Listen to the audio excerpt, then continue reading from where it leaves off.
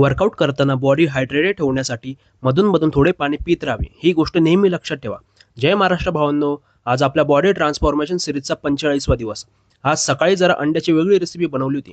मुरमुरेमध्ये अंडे टाकून त्यात कांदा, टोमॅटो, थोडी मीठ, मिरची आणि कोथिंबीर घालून परतून घेतली. रेसिपी तयार झाल्यावर खाऊन घेतलं. ज्याला बॉईल अंडे खाऊन कंटाळा आला असेल त्यांनी ही रेसिपी ट्राय करायला काही हरकत नाही. दुपारी थोडं मुलासोबत खेळलो.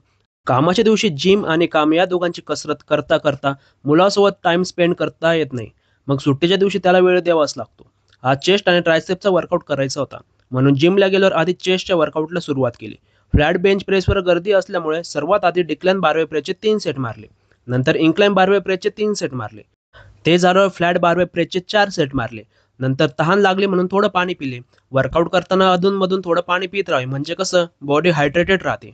नंतर इन्क्लाइन डंबल फ्लायचे 3 सेट मारले. ते झाल्यावर डिक्लाइन डंबल फ्लायचे 3 सेट मारले. नंतर केबल क्रॉसओव्हरचे 4 सेट मारले. सर्वात शेवटी बटरफ्लायचे 3 सेट मारून चेस्टचा वर्कआउट थांबवला.